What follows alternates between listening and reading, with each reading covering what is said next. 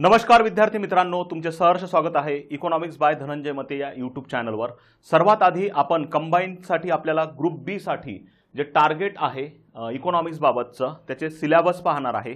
सिलेबसचे की पॉइंट्स, मागचे आलेले पीवायक्यू आणि कुठून ते पीवायक्यू कव्हर झाले आणि कुठल्या घटकावर किती पीवायक्यूज आहेत आणि किती भर द्यायचा आहे, नवीन ट्रेंड्स, बदलता ट्रेंड्स, ह्या सर्व पॉइंट्स आपण व्यवस्थित पाहूया आणि स्ट्रॅटेजी काय असली पाहिजे, कुठल्या घटकांवर फोकस केला पाहिजे, हा सगळा भाग आपण पीवायक्यूच्या आधारावर कव्हर करणार आहे।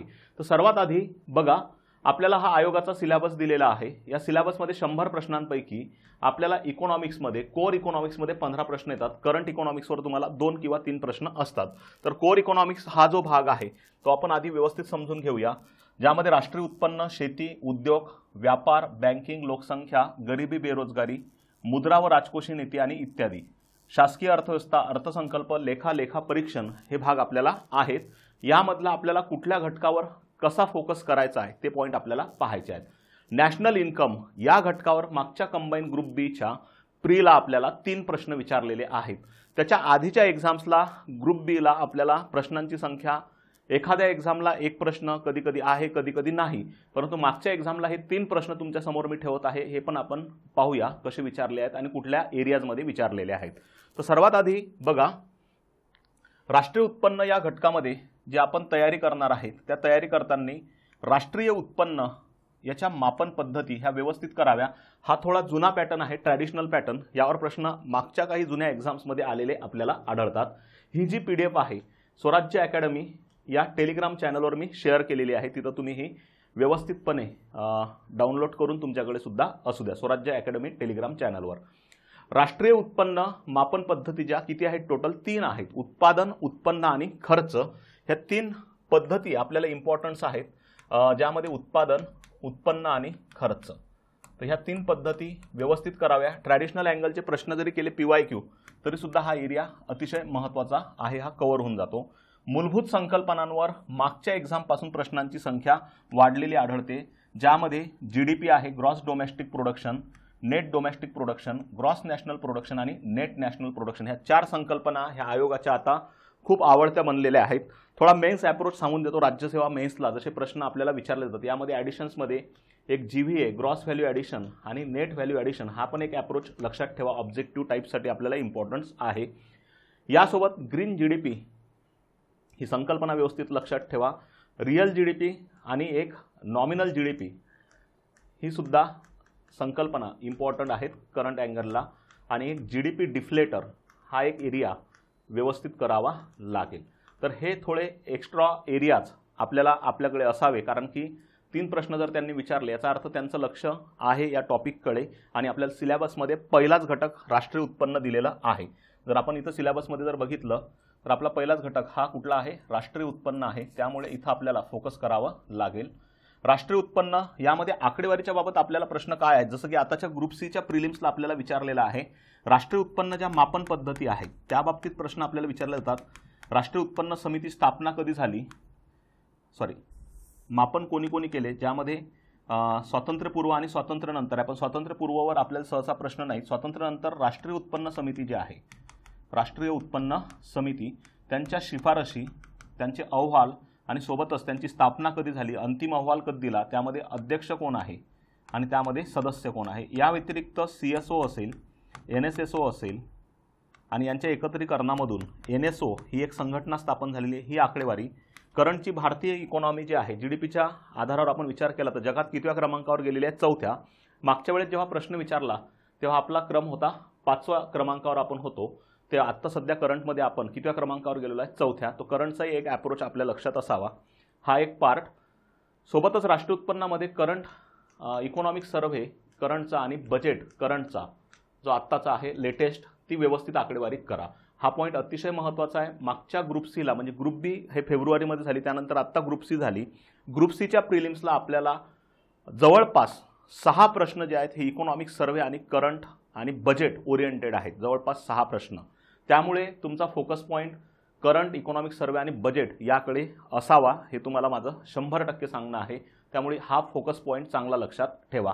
तर राष्ट्रीय उत्पन्नामध्ये एवढे पॉईंट्स, या व्यतिरिक्त राष्ट्रीय उत्पन्नाचे वैशिष्ट्ये जे आहेत, राष्ट्रीय उत्पन्न प्रवाही संकल्पना आहे, त्यानंतर यानंतर अंतिम वस्तू यामध्ये विचारात घेतात, घसारा ही जी संकल्पना आहे राष्ट्रीय उत्पन्नात विचारात घेत नाहीत, असे जे पॉईंट्स आहेत वैशिष्ट्यांबाबतचे हे सुद्धा एक तुमचे क्लिअर असले पाहिजे। तर हा एक पार्ट आहे, हा एकदम स्टँडर्ड फॉर्मॅट आहे राष्ट्रीय उत्पन्नाबाबत। इथं आपण हा जर एरियाच केला तर आपले सहसा कुठलेही पॉईंट सुटणार नाहीत। या व्यतिरिक्त जीडीपी बाबत जे आधारभूत वर्ष आहे जे की 11-12 ऐवजी 22-23 होणार आहे आणि त्याचा स्वीकार 2026ला केला जाणार आहे, त्याबाबत जी समिती आहे सध्या विश्वनाथ गोल्डार समिती, त्यांच्या शिफारशी सुद्धा आपल्याला व्यवस्थित लक्षात ठेवणं गरजेच्या आहेत। तर हा एक करंट अप्रोच तुमच्याकडे असावा, एकदम स्टॅटिक भागामध्ये अभ्यास करू नका, कारण की कन्सेप्ट व्यतिरिक्त इथं प्रश्न करंट ओरिएंटेडच तयार होतात। तर हे तुमच्या समोर पॉईंट्स आहेत जे आपल्याला फिक्स प्रश्न आलेले आहेत। पहिलाच प्रश्न जो आहे तो जीडीपीच्या बाबत विचारलेला होता। स्थूल देशांतर्गत उत्पादनामध्ये नागरिकांनी देशाबाहेर कमावलेले उत्पन्न समाविष्ट नसते, हे बरोबर आहे। म्हणजे जीडीपी मध्ये फक्त आपल्या देशांतर्गत येते, म्हणजे आपण त्याला काय म्हणणार आहे, डोमेस्टिक म्हणणार आहे। म्हणजे देशांतर्गतच उत्पादन विचारात घेतात, कारण की संकल्पनाच डोमेस्टिक आहे। त्यामुळे दुसरं जे आहे स्टेटमेंट चूक आहे, त्याचा पर्याय क्रमांक किती आहे, फक्त अ आहे। त्यानंतर बघा जीएनपी आणि एनएनपी बाबत हा प्रश्न होता, काही लोकांचा हा चुकला, कारण की घसारा ही कन्सेप्ट माहीत नसल्यामुळे मी इथे एक पॉईंट लिहून ठेवलेला आहे, मूलभूत संकल्पना व्यवस्थित करा, असे प्रश्न आपल्या हातातले जाणार नाही। ग्रॉस नॅशनल प्रोडक्शन आणि नेट नॅशनल प्रोडक्शन, एनएनपी यामध्ये घसारा येत नाही, आपण तिला आधीच काय म्हणतो, नेट संकल्पना आहे। जीएनपी मध्ये घसारा हा विचारात घेतला जातो, म्हणजे प्लस होतो। जीएनपी हा एनएनपी पेक्षा जास्त दिसतो, एनएनपी हा कमी आहे। स्थूल राष्ट्रीय उत्पादनापेक्षा निव्वळ राष्ट्रीय उत्पादन हे नेहमीच कमी असते, 100% कमी निघणार, कारण की ही ग्रॉस आहे आणि हे नेट आहे। जे ग्रॉसचा अर्थ होते एकूण, एकूण हे नेहमीच जास्त राहते निव्वळपेक्षा। आपण जसं म्हणतो की ग्रॉस सॅलरी किती आहे आणि नेट सॅलरी ही नेहमीच कमी राहते आणि ग्रॉस सॅलरी ही नेहमीच जास्त राहते। पहिलं स्टेटमेंट बरोबर आहे। जीएनपी मध्ये घसारा असतो, ज्या संकल्पनांची सुरुवात जी पासून होते त्या सर्वच ठिकाणी घसारा हा प्लस होतो, जे जीएनपी असू द्या किंवा जीडीपी असू द्या। एनएनपी एनडीपी मध्ये घसारा कधीच येत नाही, तो मायनस होतो, म्हणजेच हे दोन्ही स्टेटमेंट बरोबर होते। पर्याय क्रमांक 3। IMF international monetary fund, IMF नुसार जगातील सर्वोच्च 5 मोठ्या इकॉनॉमी ज्या की जीडीपीच्या आधारावर ठरवल्या जातात त्यांचा क्रम लावा, या अँगलचा प्रश्न होता। तर यामध्ये भारत हा कितव्या क्रमांकावर होता, 5व्या होता। म्हणजे सरळ सरळ ऑप्शन जे निघते हे किती नंबरचं निघत आहे, पर्याय क्रमांक 4। पण आता भारत जपानच्या जागी आला आणि जपान 5व्या रँकला गेला, त्यामुळे हे पुन्हा नवीन करंटचा चेंजेस चांगला लक्षात ठेवणं गरजेचं आहे। तर आता हे प्रश्न जे आहेत हे बऱ्यापैकी हा जीडीपी आणि जीएनपीचा प्रश्न मी हीच यूट्यूबलाच तुम्ही खाली जाऊन बघा, महासंग्राम घेतलेला आहे, त्यामध्ये हा प्रश्न मी कव्हर केलेला आहे, तिथं तुम्ही बघू शकता। आपल्या यूट्यूबला सुद्धा तुम्ही जर व्यवस्थित फॉलो केलं तिथून सुद्धा काही भाग हा कव्हर होतो। तर हे दोन्ही पॉईंट्स कव्हर केलेले आहेत जीडीपी जीएनपी बाबतचे, तुम्ही तिथं जाऊन जर बघितलं तर हा पॉईंट्स पार्ट कव्हर होतो। तर हे 3 प्रश्न आपल्याला विचारलेले आहेत राष्ट्रीय उत्पन्न या घटकावर, आपली मागची एक्झाम जी झालेली आहे 2 फेब्रुवारीला त्या ठिकाणी।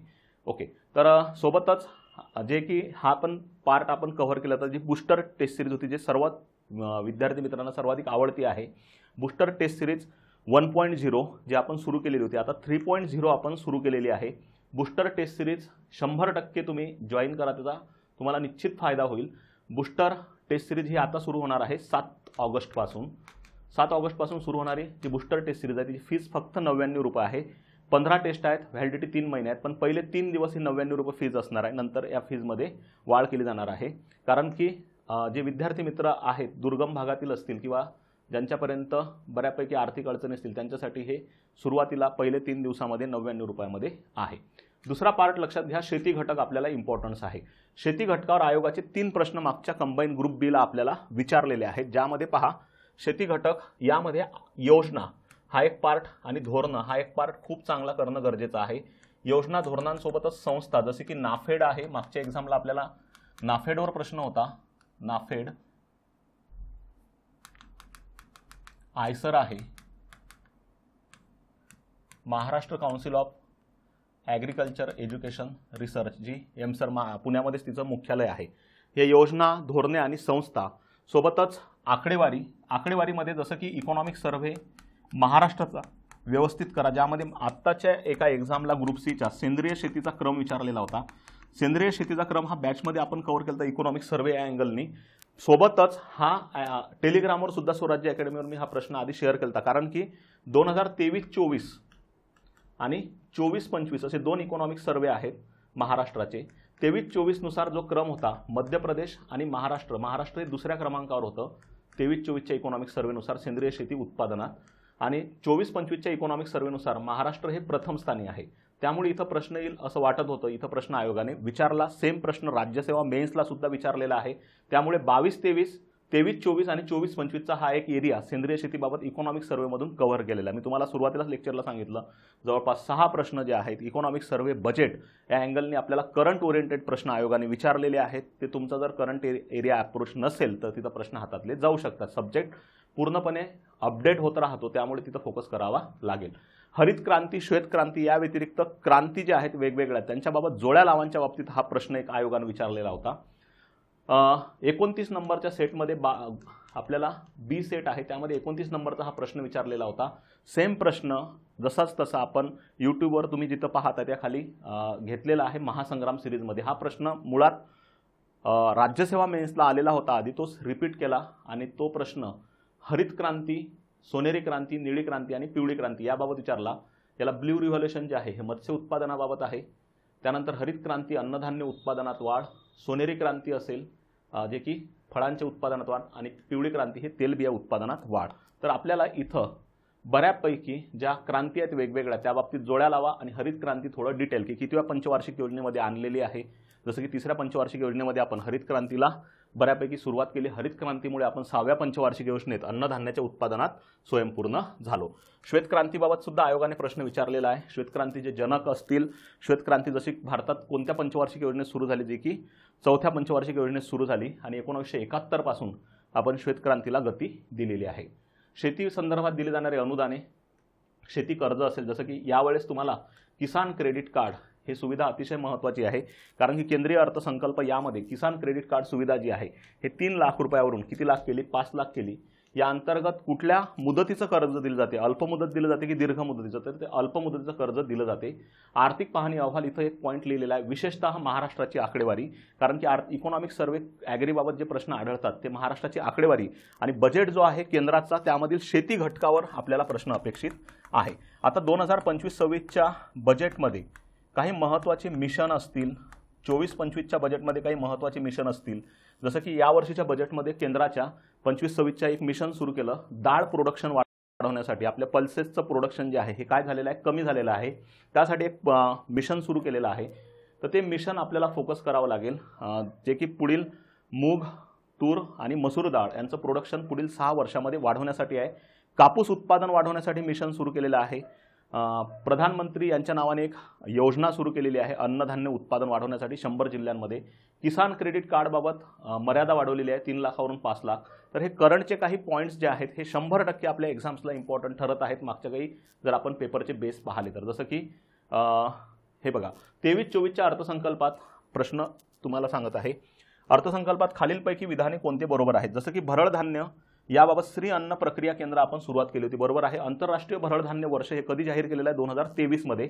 त्या आधारावर श्री अन्न प्रक्रिया केंद्र केंद्रीय अर्थसंकल्पानुसार हैदराबाद आणि महाराष्ट्राच्या अर्थसंकल्पानुसार सोलापूर या ठिकाणी प्रस्तावित होतं. तर आता आपल्याला इथं सुद्धा फोकस करणं गरजेचं आहे आंतरराष्ट्रीय भरड धान्य वर्ष या अँगलने.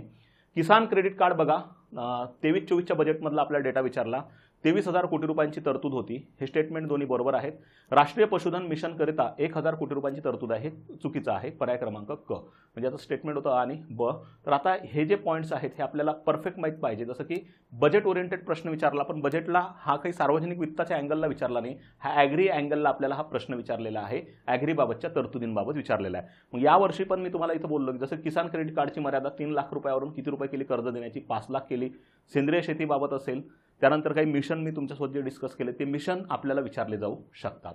त्यानंतर नाफेड याचं मुख्य उद्दिष्ट विचारलं. मुख्य उद्दिष्ट नेहमी हे एकच असते, त्यामुळे मुख्य उद्दिष्ट एक ऑप्शन जे निघते हे ब किंवा क आहे. तर स्ट्रॉंग ऑप्शन जे आहे कृषी मालाचे सहकारी तत्वांवर विपणन म्हणजेच मार्केटिंग करण्यास प्रोत्साहन देणे, म्हणजे पर्याय क्रमांक किती येणार आहे, क, फक्त 3.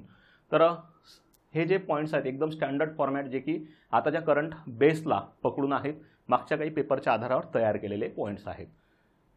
नेक्स्ट आहे उद्योग घटक. उद्योग घटकामध्ये लक्षात घ्या औद्योगिक धोरण हा जुना पॅटर्न आहे, पण हे करावं लागते, स्टॅटिक भाग आहे. औद्योगिक धोरणं 1948, त्यानंतर 1956 आणि 1991 हे 3 औद्योगिक धोरणं आणि महाराष्ट्राचं 2019चं औद्योगिक धोरण हे आपल्याला करणं गरजेचं आहे. महारत्न, नवरत्न, मिनिरत्न कंपन्या, यामध्ये महारत्न कंपन्यांमध्ये सतत बदल होत राहतात. तर करंटच्या महारत्न कंपन्या कोणत्या आहेत? तर करंटमधला पॉईंट आपल्याला माहीत असायला पाहिजे. MSME ॲक्ट जो आहे 2006चा, यामध्ये या वर्षीच्या बजेटमध्ये केंद्राच्या बदल झालेला आहे. तर MSMEची जी व्याख्या आहे, या व्याख्येच्या काही मर्यादा यामध्ये वाढ केलेली आहे, ज्यामध्ये गुंतवणूक मर्यादा वाढवली आणि उलाढाल मर्यादा सुद्धा वाढवली. तर कुठला बजेट? तर केंद्रीय अर्थसंकल्प 2025-26 मध्ये MSME बाबतच्या मर्यादांमध्ये केलेली वाढ हे करंटला इम्पॉर्टन्स आहे. उद्योगाबाबत असलेल्या वित्तीय संस्था, ज्यामध्ये IFCI आहे, IDBI आहे, SIDBI आहे, एक्झिम बँक आहे. आता जोड्या लावांना प्रश्न होता ग्रुप सीला, ह्या ज्या विकास वित्तीय संस्था असतील, सोबतच इतर ज्या नाबार्ड वगैरे आहेत त्या ग्रामीण विकासासाठी आहेत, पण विकास वित्तीय संस्था पूर्ण व्यवस्थित करा. इथं एखादा प्रश्न आपल्याला भेटू शकतो जोड्या लावांच्या बाबतीत. उद्योगांबाबत योजना जशी की PM विश्वकर्मा योजना ही आपल्याला विचारलेली होती. उद्योगाबाबत आर्थिक पाहणी अहवाल महाराष्ट्र आणि केंद्रीय अर्थसंकल्प, ह्या दोन पार्ट उद्योगाबाबतचे आपल्याला इम्पॉर्टन्स आहेत. महाराष्ट्राचा का महत्त्वाचा आहे? कारण की ग्रुप सीच्या एक्झामला आपल्याला मैत्री कायदा विचारला, Maharashtra industry trade and investment, त्यामुळे आपल्याला हा पार्ट सोडता येणार नाही, इथं फोकस करावा लागेल. नेक्स्ट आहे हे बघा, इथं प्रश्न, भारतीय हस्तउद्योग मंडळाची स्थापना 58ला केली आणि PM विश्वकर्मा योजना केंद्र शासन पुरस्कृत योजना होती. दोन्ही बरोबर आहेत स्टेटमेंट. पर्याय क्रमांक 3 आहे. तर हा एक उद्योग घटकांच्या बाबतीतला एरिया चांगला फोकस करावा लागेल. एखादा प्रश्न आपल्याला प्रत्येक एक्झामला भेटत राहतो. परकीय व्यापार, परकीय व्यापार याबाबत बघा, व्यापाराबाबत मागच्या काही वर्षांमध्ये खूप मोठ्या प्रमाणात प्रश्न येत नाही आहेत, परंतु त्यांचं जे एक स्टँडर्ड फॉर्मॅट ठरलेलं आहे. विशेष करून आकडेवारीच्या बाबत प्रिलिम्सला आपल्याला फोकस करावा लागेल. करंट आकडेवारी जी की 22-23, 23-24 आणि 24-25 अशा 3 आकडेवारी, वस्तूंची सेवांची आयात निर्यात, FDI कोणत्या देशामधून सर्वाधिक आलेला आहे, कोणत्या राज्यात आलेला आहे, त्यांचा क्रम, परकीय चलनसाठा, परकीय कर्ज, परकीय चलनसाठ्याचे स्रोत कोणते आहेत, परकीय कर्जाचे स्रोत कोणते आहेत आणि मूलभूत संकल्पना, ज्यामध्ये BOP असेल, BOT असेल, रुपयाचं अवमूल्यन असेल, अवमूल्यनासाठी झालेले प्रयत्न असतील, असे 3-4 पॉईंट एक्स्ट्रा आपल्याला करावे लागतील, जे की व्यापार घटकामध्ये अपेक्षित आहे. नेक्स्ट आहे बँकिंग. बँकिंगमध्ये सर्वात महत्त्वाचा करंटचा बदल जो आहे तो आहे अतिशय महत्त्वाचा. करंट ओरिएंटेडच थोडं बँकिंगला प्रश्न जातात आपल्याला. बँकिंग सुधारणा विधेयक जे 2024चा, या विधेयकानुसार नवीन जे बदल केलेले आहेत ते आपल्याला इम्पॉर्टंट आहे. नवीन बदलमध्ये जसं की नॉमिनीची संख्या 1 वरून 4 केलेली आहे. त्यानंतर सहकारी बँकांचे संचालक जे आहेत, म्हणजे ज्यामध्ये अध्यक्ष आणि पूर्णवेळ संचालक वगळून यांचा कालावधी जो आहे हा वाढविण्यात आलेला आहे. एक राज्य एक प्रादेशिक बँक, म्हणजे 28च RRB राहतील, रिजनल रुरल बँक. याबाबतचं धोरण 1 मे 2025 पासून लागू झालं, हे आपल्याला माहीत पाहिजे. 1 स्टेट 1 RRB. त्यानंतर रिटेल बँकिंग सुविधा माहीत पाहिजे. 47 ते 90च्या दरम्यानची बँकिंग, ज्यामध्ये SBI ॲक्ट असेल, बँकांचे राष्ट्रीयकरण असतील, 69चं असेल, 80चं असेल, त्यानंतर RRB ॲक्ट असेल. तर हा एक एरियात आपल्याला पूर्णपणे क्लिअर माहीत पाहिजे. नाबार्ड असेल, किसान क्रेडिट कार्ड असेल, तर हा 47 ते 90 दरम्यानचा एरिया. बँकांचे विलिनीकरण, जे करंटमध्ये मर्जर झाले बँकांचे 2019-20ला, ज्यामध्ये 6 बँकांचं मर्जर झालं, तर त्यांच्या जोड्या लावांच्या टाईप्समध्ये आयोगाचा एक वेळ प्रश्न येऊन गेला, ते मर्जर माहीत पाहिजे. राष्ट्रीयकरण, नरसिंहम समिती 1 व 2च्या शिफारशी, तसेच करंटमध्ये UPI युनिफाईड पेमेंट इंटरफेस ही खूप मोठ्या प्रमाणात चर्चेत असते. UPI हे सुद्धा व्यवस्थित माहिती पाहिजे. आणि करंटमध्ये झालेले बदल आणि बँकिंगबाबतची असलेली आकडेवारी करंट ओरिएंटेड माहिती पाहिजे. रिटेल बँकिंग सुविधा, जे की प्रॉफिट सर्वाधिक मिळवून देतात.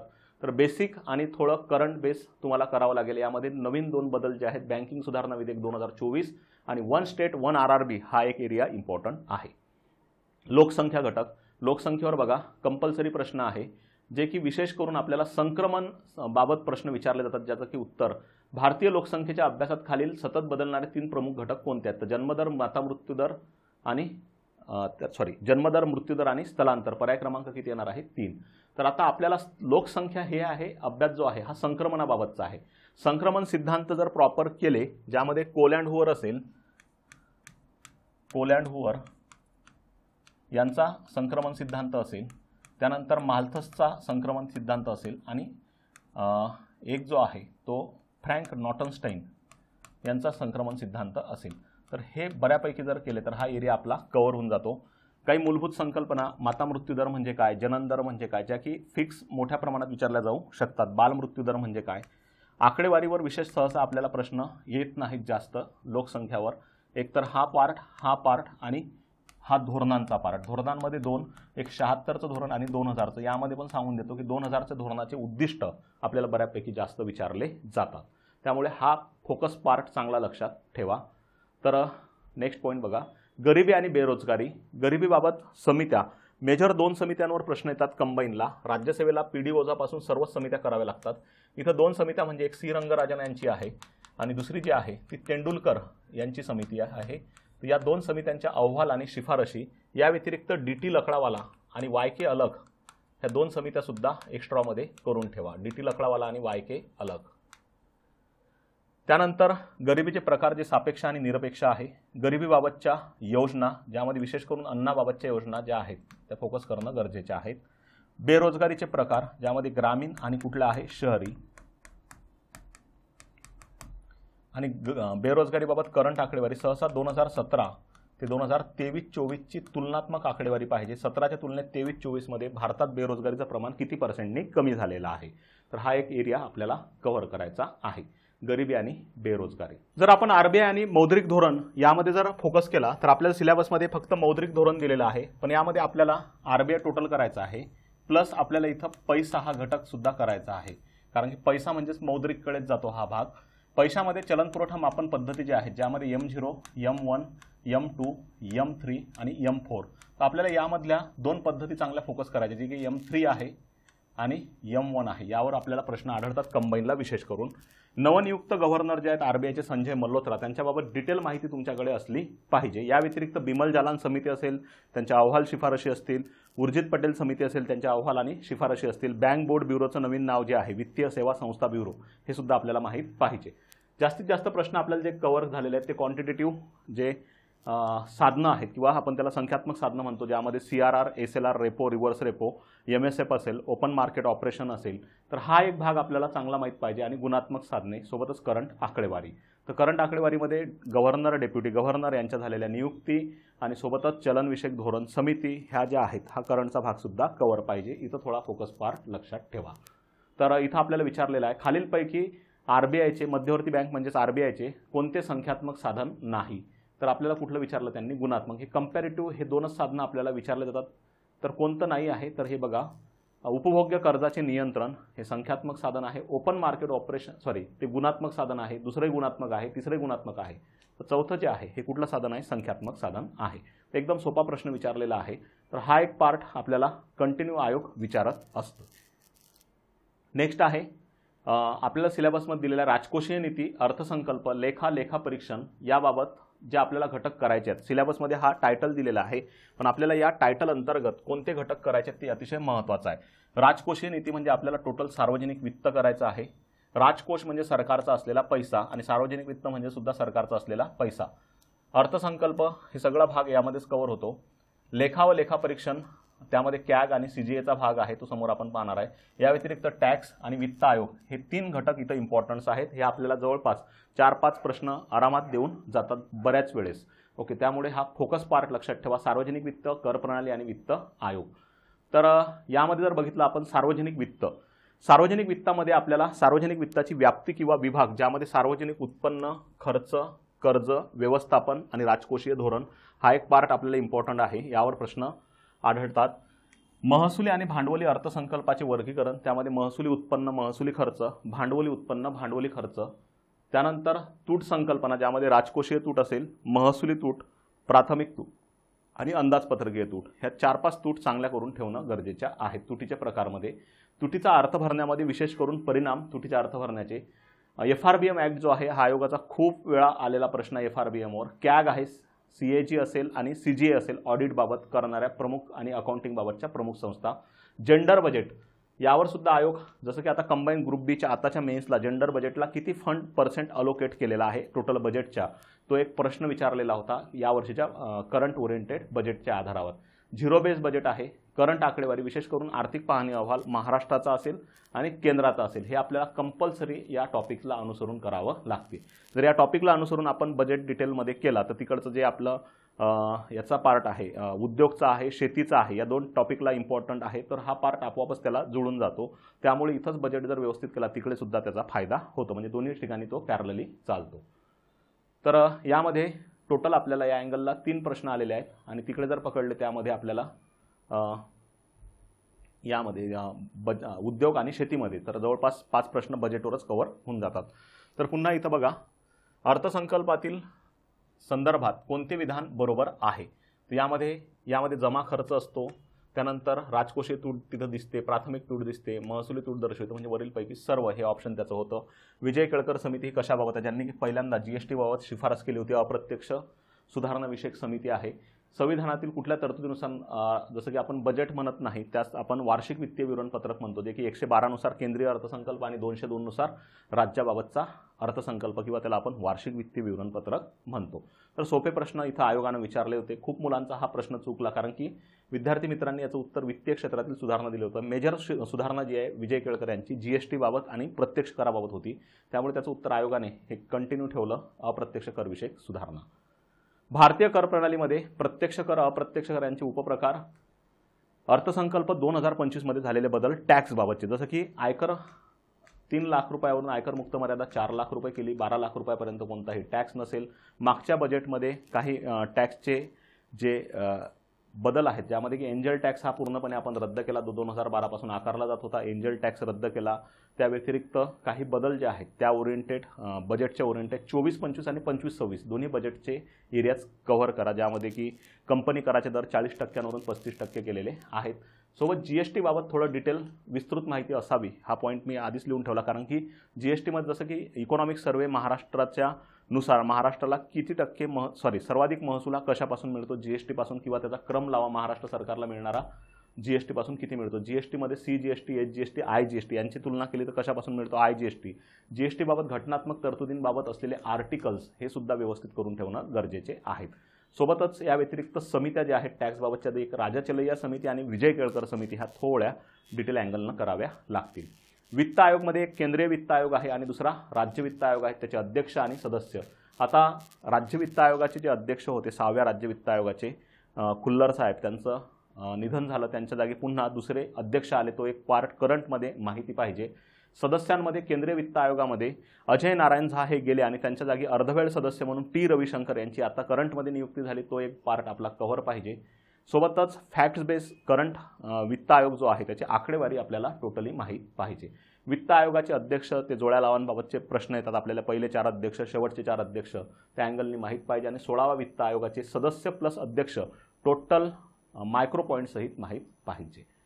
इत्यादी घटकमध्ये पहा, हा अतिशय महत्त्वाचा आहे, कारण की आपल्याला आयोगाने सिलेबसमध्ये बघा इत्यादी घटक हे फक्त टायटल दिलेलं आहे, त्यामुळे इत्यादी घटकाच्या आधारावर आयोग काहीही विचारू शकते, म्हणजे तिथं अमर्यादित प्रश्न तयार करता येऊ शकतात. या इत्यादी घटकावर 2 ते 3 प्रश्न आपल्याला नेहमी भेटतात, त्यामुळे इत्यादी घटक जो आहे हा व्यवस्थित प्रॉपर करावा लागेल.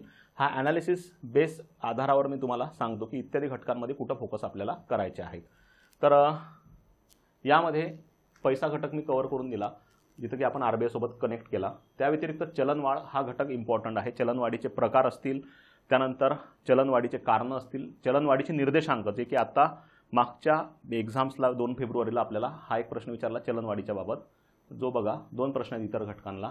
IIP बाबत consumer price index industrial worker बाबत हा प्रश्न आपल्याला विचारलेला होता, जो की चलनवाढ घटकाच्या आधारावर आपल्याला कव्हर होतो, ज्यामध्ये consumer price index for industrial worker, त्याला CPI IW या नावाने ओळखलं जाते. तर हे भारतातील सर्व कामगारांना लागू होतं, मग त्यांचे कार्यक्षेत्र कोणते असो, हे चुकीचं आहे. संघटित क्षेत्र आणि असंघटित क्षेत्र हा विशेष करून संघटित क्षेत्रात लागू होतो. केवळ किमान वेतन निश्चितीसाठी होत नाही, या किमान वेतनासोबतच त्यांचे भत्ते सुद्धा ठरवले जातात, त्यामुळे दुसरे स्टेटमेंट चुकीचं आहे. वस्तू आणि सेवांच्या एका निश्चित बास्केटवर हे आधारित असते, पण तिथं समोर काय म्हटलं, जे कधीही बदलत नाही, ते हे सतत बदलत राहते, ज्याला आपण आधारभूत वर्ष म्हणतो. औद्योगिक कामगारांना, या औद्योगिक कामगारांसाठी वाजवी वेतन मिळवून देणे व चांगले जीवनमान राखण्यास मदत करते, फक्त D बरोबर आहे. त्यानंतर MPI यावर प्रश्न विचारला, जे की ह्युमन पॉवर्टी इंडेक्स होता 1997चा, त्याची जागा MPIने घेतली 2010ला. ओके, तर मानवी गरिबी निर्देशांक याची जागा बहुआयामी दारिद्र्य निर्देशांकाची संकल्पना मांडण्यास सुरुवात केली, तर कधीपासून केली, 2010 पासून केलेली आहे. पर्याय क्रमांक किती येणार, 3. इतर घटक जे आहेत यामध्ये मानव विकास निर्देशांक व संबंधित निर्देशांक, ज्यामध्ये MPI आहे, GHI म्हणजे ग्लोबल हंगर इंडेक्स आहे, त्यानंतर GI आहे, जेंडर इनइक्वॅलिटी इंडेक्स आहे, मल्टी डायमेन्शन पॉवर्टी इंडेक्स आहे, ह्युमन डेव्हलपमेंट इंडेक्स आहे. हे 7-8 इंडेक्स व्यवस्थित करून ठेवावे लागतील. त्यासोबतच भारताचे करंट काही इंडेक्स असतात जे चर्चेत आहेत, ज्यामध्ये SDG निर्देशांकामध्ये आपली सुधारणा झालेली आहे, त्यामुळे करंटमध्ये कितवी रँक आहे आणि किती गुण आहेत ते सुद्धा आपल्याला माहीत पाहिजे। या व्यतिरिक्त इतर ज्या चालू आर्थिक घडामोडी असतात जे की आपल्याला 2 प्रश्न कव्हर होतात आणि सोबतच पंचवार्षिक योजना हा एक पार्ट आपल्याला महत्त्वाचा आहे। पंचवार्षिक योजनांमध्ये त्यांचे कोणत्या पंचवार्षिक योजनेमध्ये कुठले मॉडेल आहेत जे की आपण वापरलेले आहेत, खर्च कोणत्या पंचवार्षिक योजनेमध्ये कशावर सर्वाधिक केला, खर्च, मॉडेल, घोषवाक्य, त्यानंतर प्रतिमानं, टार्गेट जे की विशेष करून पहिल्या आणि दुसऱ्या तिसऱ्याचे जे की आणि सर्वाधिक हायेस्ट कधी राहिलेले आहेत ते टार्गेट्स। तर हे बऱ्यापैकी आपल्याला फोकस करावे लागतील आणि मुख्य भर हे फोकस करावे लागतील। थोडा स्टॅटिक आणि फॅक्ट्स भाग आहे हा, इथं आपल्याला फोकस करणं गरजेचं आहे। तर सिलेबसच्या ओरिएंटेड हा पार्ट आपण सर्व पाहिला आणि या आधारे आपण ज्या ठिकाणी आपल्याला सिलेबस दिलेला आहे त्या सिलेबसनुसार हे आपण पूर्ण कव्हर केलेलं आहे। या व्यतिरिक्त आता जोपर्यंत कंबाईनचा शेड्यूल आपल्यासमोर आहे तोपर्यंत नेहमीच आपण भेटत राहूया। या ठिकाणी थांबूया। Thank you so much.